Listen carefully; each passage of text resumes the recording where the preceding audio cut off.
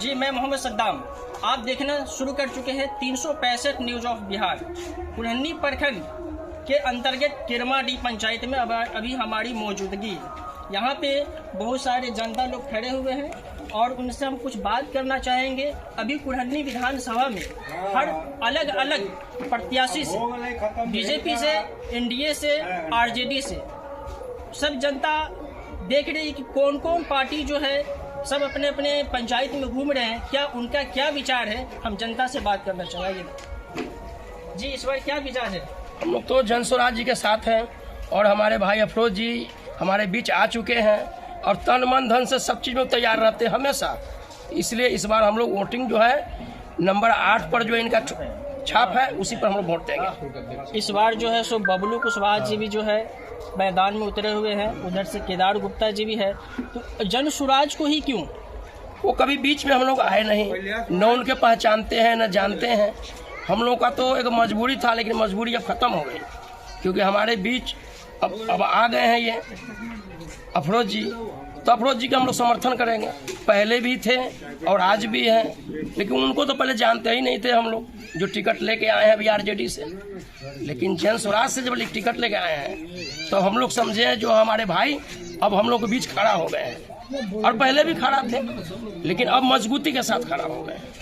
तो अफरोज जी क्या सुख दुख में आते हैं? जी, उनका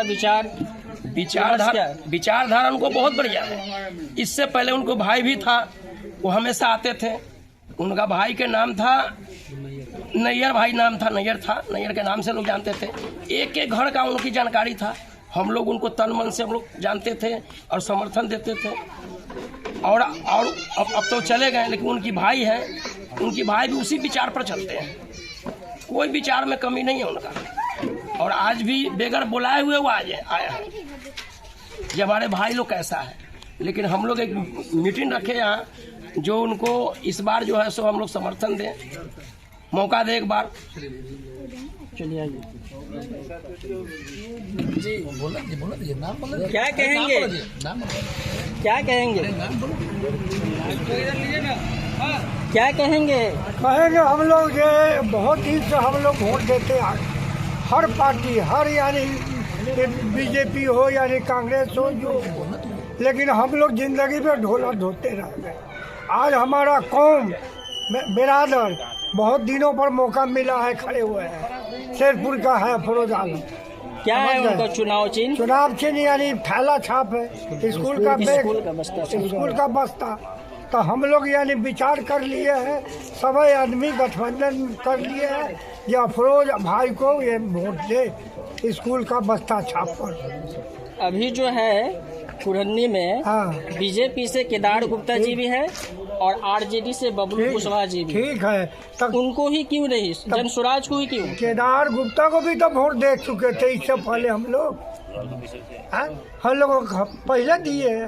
केदार गुप्ता जी काम वगैरह नहीं किए, कुछ नहीं किए। वो तो कह रहे कि हर जगह नहीं, हम लोग को कुछ नहीं किए। तो क्या इस बार क्या मिजाज है? मिजाज हम लोग का बदल गया। हम अपना यानी देंगे, यानी जो जन स्वराज पार्टी है उन्हीं को देंगे। जी सर बताइए। मैं मोहम्मद इलियास, सोशल वर्कर, मानवाधिकार सुरक्षा केंद्र किरमाडीह में एक मीटिंग पसमानदा मुस्लिमों की रखी गई थी, जिसका ऑर्गेनाइज किए थे आपके मुस्तकीम साहब और रोजीद साहब और सनबरसा मुखिया, पंचायत समिति प्रतिनिधि मनियारी और आपके ये 1 मिनट